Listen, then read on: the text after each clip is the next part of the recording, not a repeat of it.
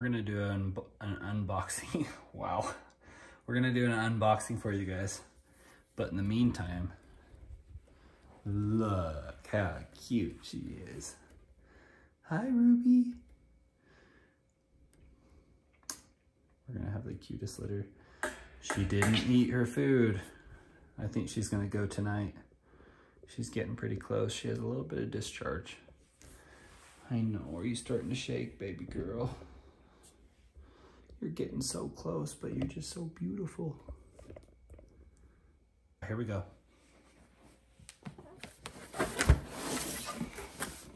So, just walk you through it. Instruction kit. Inside there, I can feel it right here. There's a quality control test, and I'll talk about that later. It's right there. It's inside. You can register your device.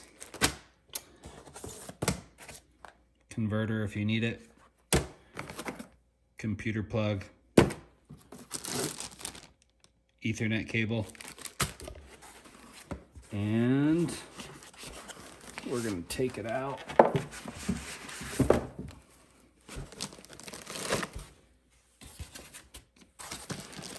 Open it for you.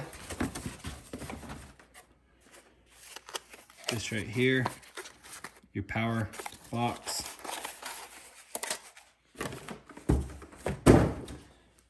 Got it.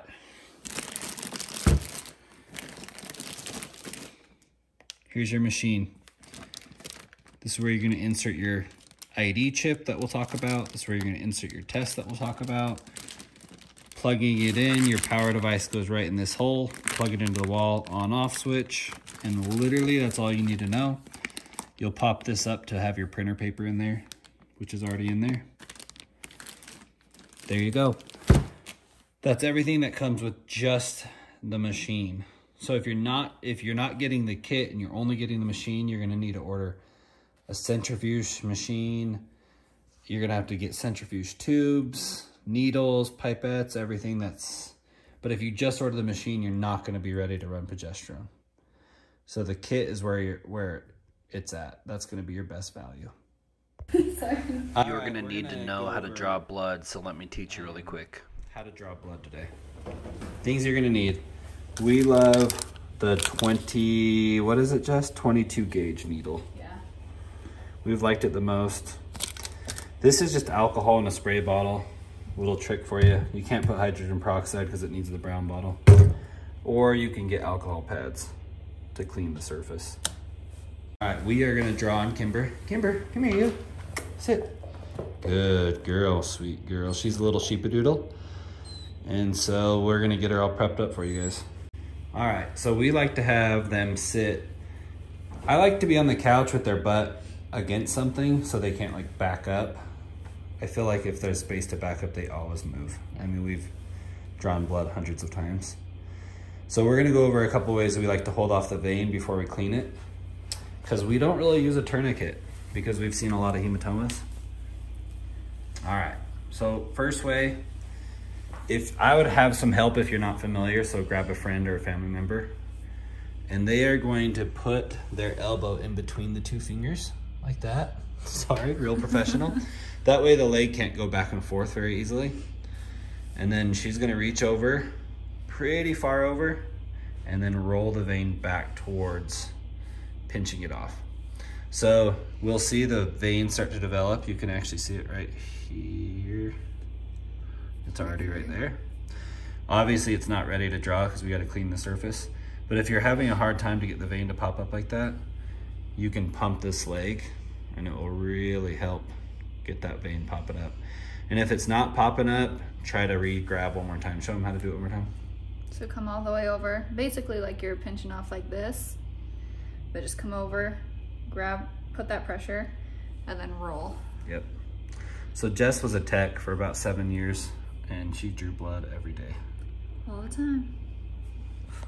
Another way to hold off if you're by yourself, I like to grab these two fingers behind the elbow and put the elbow joint in between the fingers. If you guys can see that, to give them stable. Then I like to pinch over with my thumb, pinch the vein there. So now it's gonna create a vein, and once we get it prepped, we'll show you how easy the hair folds over. But now I have it pinched off right there. I can feel the vein really easily and get ready to go right in the vein. But there it is. Another trick is if you're having a hard time holding off the vein and you want both of your hands and you're kind of by yourself, we like to cut the glove on both sides. Really simple. And then we can come over to the dog and we can just do a quick little tourniquet. You can buy a tourniquet if you want. I mean, you don't really need to. I like to do the gloves because they rip really easy and you can just break it once you're done. But you don't need as much pressure as you think. And then you just tie it off and let that blood pop up. And then here's the vein. Right there. Then you can use both hands, you can prop the vein and get ready to draw right there. The method we find is best is to have somebody hold for you, because if the needle, say the dog jerks back or they have like a little quick reaction, if the needle comes out of the vein, she can immediately release pressure and you won't cause a hematoma. So if I'm holding the dog and the needle comes out, I can release. And we'll kind of show you some tips and tricks with that. All right, when we prepare the needle, when you open the needle and you're ready, we always make sure the needle's tight because it's a lure lock, it will come off. So we just tighten the needle before we pull off, but we never really pull off the cap until we're ready to draw. But if you watch, the needle is pretty solid. So we like to call, I don't know what it's called, but we call it breaking the needle. So we like to break it. Now watch when I pull that, look how soft it pulls now. So it's like stuck until that first pull. And then we let all the oxygen get out of there and we prep the needle ready to go. So when we're in, we can start pulling back nice and slow. But if you leave it in there and it's not broken, you'll be like, and it will like come out of the dog. It's not good. All right, so we're gonna prep the area. Jess will, you can either hold off right now or you don't have to. I like to hold off so I can feel the vein right there. So I know I wanna draw right here, so I just grab some alcohol. I like to wet the hair around it too. And the reason why is you can fold it down. So as you guys can see, there's the vein, huge and ready to go. Before you put the needle in, I like to prep the vein up to the side of my thumb so it doesn't move. And then I always like to push on the area that the needle's gonna go in. A lot of times, or you can push and pinch, a lot of times the dogs, it will help take away their nerves right there. And so when you go in, it doesn't feel as weird because you're already playing with the area. All right, so let's get the needle ready. When you're about to go into the vein, you always want the bevel side up. There you go. So that would be down, that would be up. Down, up, down, up. So then I always check with my hand if the needle's broken. So now what I'm gonna do is I'm gonna put my thumb on the side of this vein, give it one pump, prep the area, and now I can go right in, and if you get really close to you, you're gonna see flash on the needle point. So there's our flash. And now we can draw blood. And we're just pulling back really slow. And I can say, okay, let go, Jess. And now we won't get a hematoma. And then Jess is gonna hold off that area. As I continue to pull back. I immediately grab the cap and put it back in the needle. So once you have the blood, we only need about technically a half of a cc. We like to get to at least 1 cc, if not more. So right now this one is at 1.5 cc's.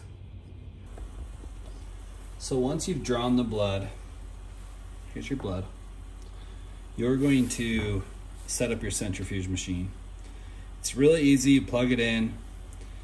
I like to put a counterweight on the opposite side you're gonna put your blood in so your machine doesn't make a ton of noise.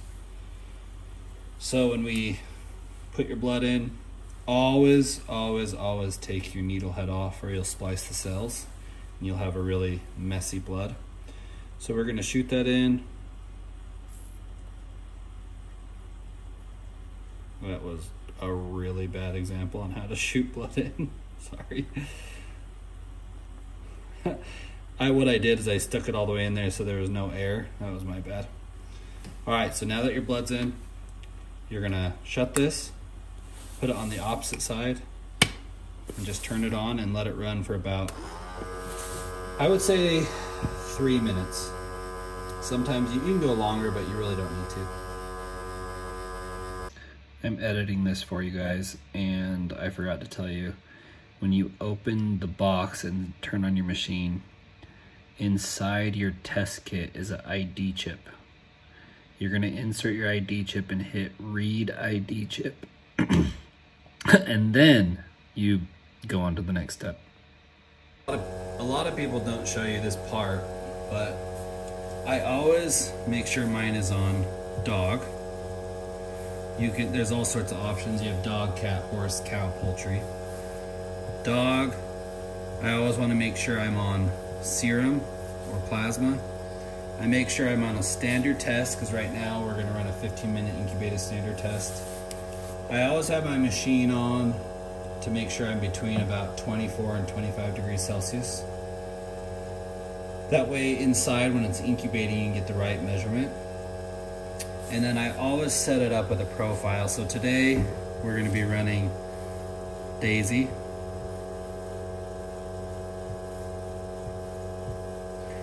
And we're gonna put in her age. She's 2 years old.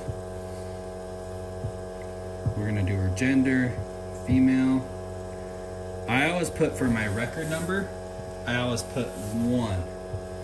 So I always put, this is her, it's actually her second test. So I always put what number of tests we're on. A lot of breeders don't do this. I like to keep it so when she breeds the next time, I know exactly what we did. And then I always put what day we're on as the host. So she's on day 10 from the first day that we saw blood. And then inspection time is today, April 7th. So now we're set. You can submit more information on here if you want to put your name. Say you have 3 people working for you and you want to put their name in here.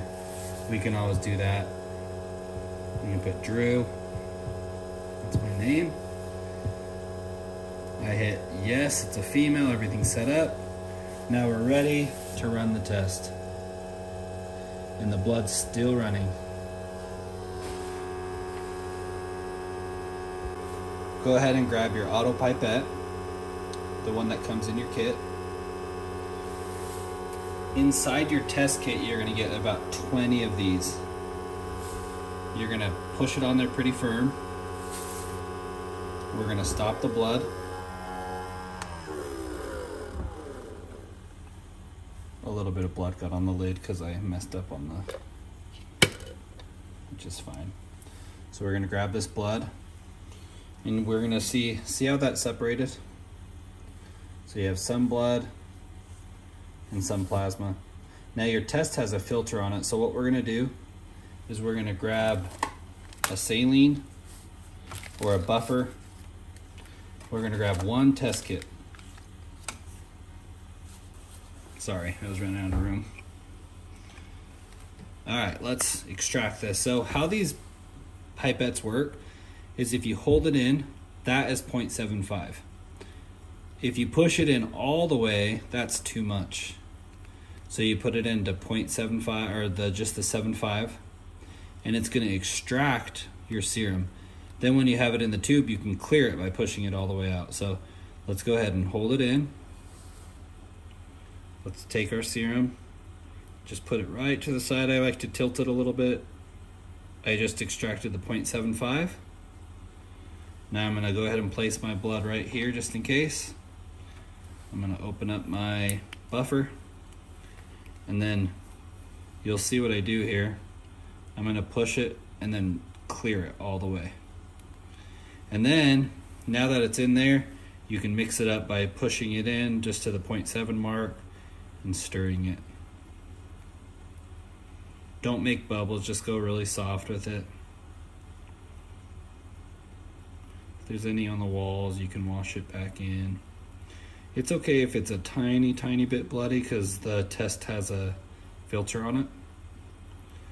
So I'm gonna push it back in to the, I'm gonna clear this out all the way, push it back into 0.75, bring up just 0.75, or 75 ULs, you know what I mean. Don't do more than that. Close this. Now I'm gonna open the kit. Never open your kit until you've done all that, or else you're gonna have a habit of taking your serum and putting it right in there without the buffer. You really do need the buffer. Then what we're gonna do is we're gonna put it in, clear it all the way in there, and you'll start, I don't like to have bubbles in here, so I always pop them.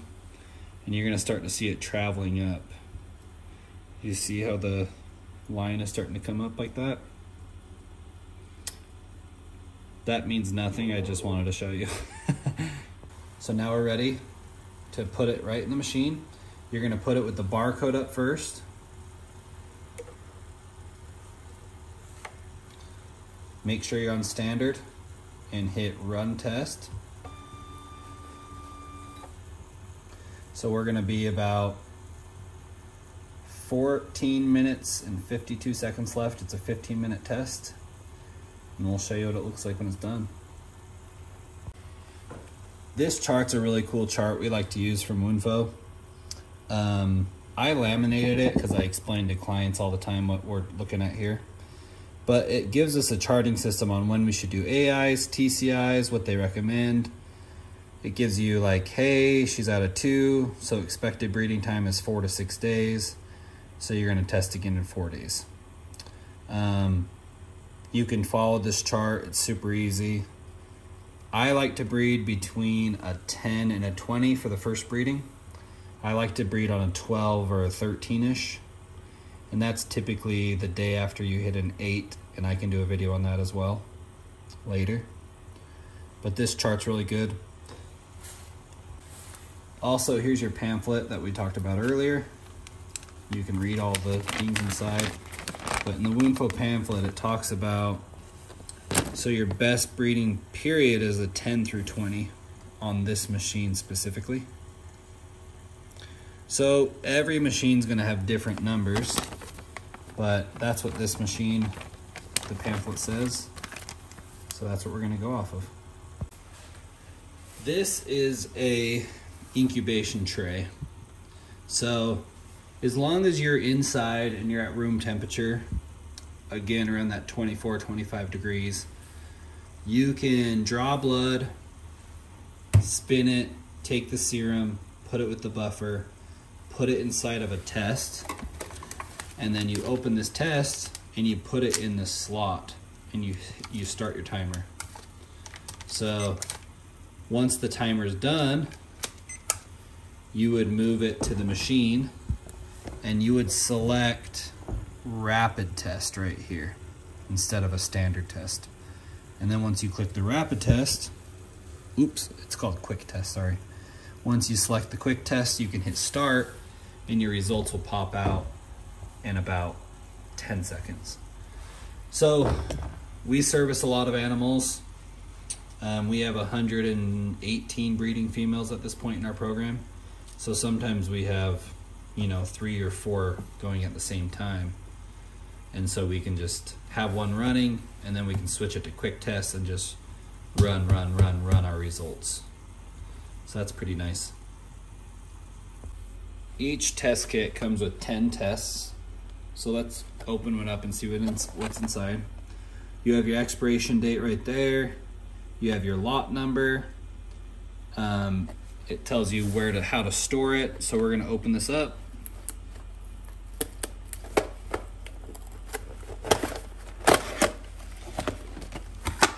And show you what's inside. Here's what's super cool. Every single test kit will have 20 auto pipette tips. So you never need to order these. They always come in with every test kit. So there you go. It will have your instructions every time, just in case you forget. And as you can see up here, we have literally ran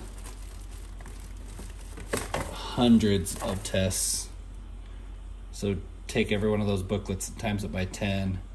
That was just this quarter so far this year.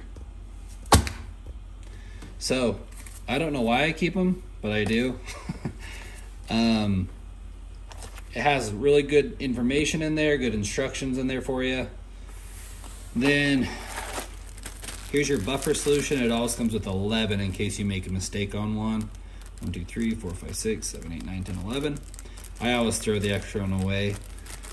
And then here is your test. You have 10 tests inside. What's really cool is this lot number, 140215110E, will line up with this lot number, 1402, there it is.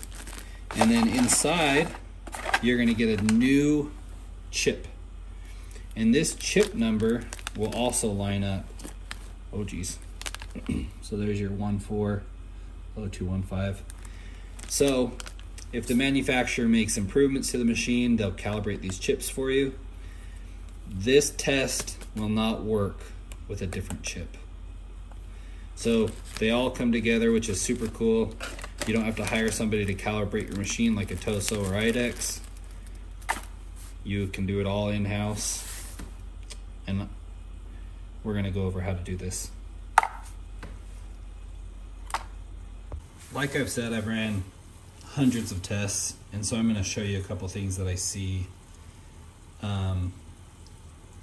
in the blood. And I know I don't have blood in front of me, but I wanna show you a couple things, a couple tricks, just so if you run into these snags. If your blood is super, super bloody, what you probably did is you ejected the blood through the needle tip without taking off your needle tip. So before you put your blood into this, make sure to remove the needle tip. Please, please, please. Also, sometimes there can be a lot of fat in the blood. So the pamphlet does recommend you fast your dog before progesterone testing. I've honestly never had to do it because I can show you some tricks on how to just get rid of the fat or avoid it. So when you spin it, sometimes you'll see blood, a little bit of fat, and then your serum, or your fat's on top of your serum. So what I like to do is I like to take my pipette and I like to work. You're gonna know what I'm talking about. So there's gonna be blood and then serum. I like to work it side to side and right on the clear part and bring the fat to the surface, or bring the serum to the surface, because sometimes it's trapped under the blood. So I work it, work it, work it, work it, work it, and then once the liquid is there, I push it in halfway, obviously, not halfway to the bump. Oop. And then I go right to that serum and then I suck it out. So some people, what they'll do is they'll remove the fat so you can scoop it like this, and it will be on top of your pipette and you can throw it away. And then you can respin it and then take the plasma. But I find it easier just to work it like this and then withdraw it. Sometimes what happens is when you're working it, your pipette will come loose and then it will start getting wiggly and then it'll like fall off. So if you're having a hard time suction, just make sure it's really tight so it can get the full suck going. Another issue we see is we see a lot of people don't understand this process. So they push it in to withdraw serum and that's gonna be too much. So this much and this much are two different amounts. The reason it can push in more is to clear your pipette. So once you squeeze it, you can clear your pipette by doing that. So hopefully those are some tips and tricks. If you're running into those issues, that's what we found. And nobody taught me that, it's just through experience. So hopefully that helps you guys. Again, you're never gonna run out of these. We have so many full. And this whole thing is full. So you're never gonna run out. Don't buy them. We have 4 seconds left. So this is what it's gonna look like when it's done running the test.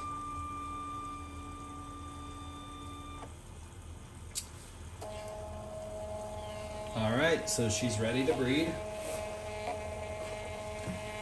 which we bred her just about 10 minutes ago. I already knew she was gonna be ready because yesterday she was at an 8. And I'll show you how to look that up. So she's at a 12.94, perfect breeding window. That's when I love to start. 12.94. It's almost always there once she crosses an 8.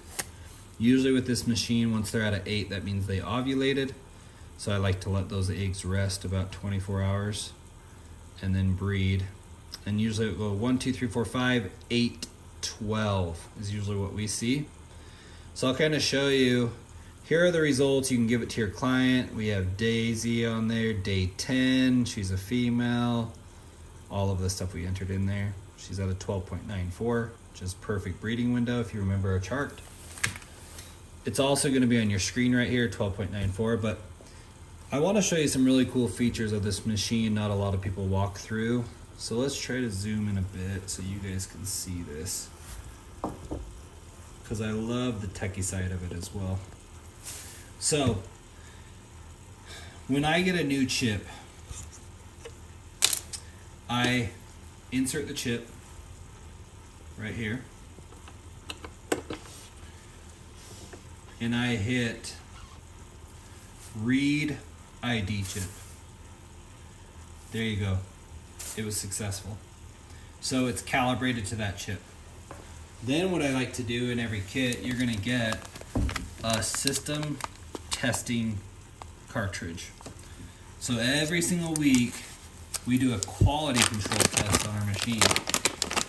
So what you do is you take this system test cartridge and you insert it just like a regular test. And right here you're gonna go to quality control. So a QC test. Then we're gonna go to quality control right here, and it's gonna do a really quick test. So we're gonna hit start. It's gonna run, it's gonna pull it in, pull it out, pull it in, pull it out, and then it will tell you whether we're calibrated or not. And if it isn't, it will fix it for you.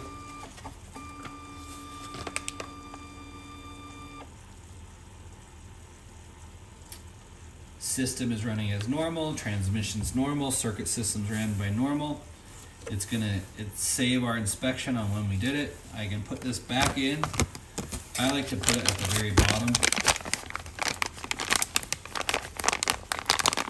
And then I like to roll it so it stores. And then zip it up and then put it away. Never lose that. Yeah. All right, now back to our history. So remember Daisy's at a 12. So what we want to check is we're going to go to our history. And that was for today, our first test. It's about 9 o'clock in the morning. But we want to check out the history of Daisy. So I'm going to put in her name. And I'm just going to hit run. So obviously we've bred a ton of daisies with a whole bunch of different breeders. But see, yesterday 4.6 right here, she was at an 8.65. So she wasn't quite ready. If you remember the chart, here's that chart. So she wasn't quite ready. She's not within the breeding window of a 10 to a 20. So if she's at a 6, it says 1 to 3 days. She was right around an 8. So I knew she ovulated because I've done this so many times. So we tested her one more time just to show you guys, and sure enough, she jumped to a 12.94. So we bred. We're gonna rest tomorrow and breed one more time. And so that's how amazing it is to catch that ovulation on a female. But not every female is the same. So like if we look up a Kimber, for example, Kimber, lo and behold, she can stall, and it's normal for dogs to stall. That's why progesterone testing is so amazing, is when they stall, you don't want to breed because the eggs aren't there. Those lipids haven't dropped. It's too acidic inside. So if you can see this breeding cycle we just did with her. So 210 we tested at a 3. So we're going to do the math. Okay, 4, 5, 8, 12. So in 4 days later, we tested again. She was only at a 3 again. So we did the math, 4, 5, 8, 12. So we tested 4 days later. Actually 3 days later when we probably shouldn't have. She was at a 3 again, so she was stalling out. Tested 4 days later, she was at a 5.7. We're like, okay, great, she's rising. So 5, do the math, 8, 12. We tested 2 days later on the 23rd, and she finally ovulated. And again, I already knew she ovulated, so we never tested again. We don't need to waste a test after they're above an 8. But we just did her ultrasound, her x-rays are next week. She has 8 to 9 puppies inside. But my point is, that first test on Kimber on 210, that wasn't until day 8. So we didn't even breed her till day 20 something. So if we would have bred her on days just 11 and 13, like most breeders do, you would have totally missed. Look, we know this about Kimber. Look how many times she's done this to us. Look how many tests we have to put in with Kimber on every breed cycle. 2, 6, 8, 10, 11, 13, because she was never climbing above an 8, so I kept testing. Finally, she was above an 8, so we bred her. So hopefully that's making sense. Say hi. Hi. This is Jess. She's the freaking best. And she's rocking some swiggity swaggy today. Yes, I am. Yo! We have everything you guys need. So we have our machines. We can ship them right to you. We have all of our tests we can send those to you. We have extra pipettes we can send to you. We have all the tubing we can send to you, or any other supplements or supplies, just let us know. And we can get everything shipped to you right away. From ringers, AI stuff, extenders, lubricants, to all sorts of fun stuff. Just let us know. Peace.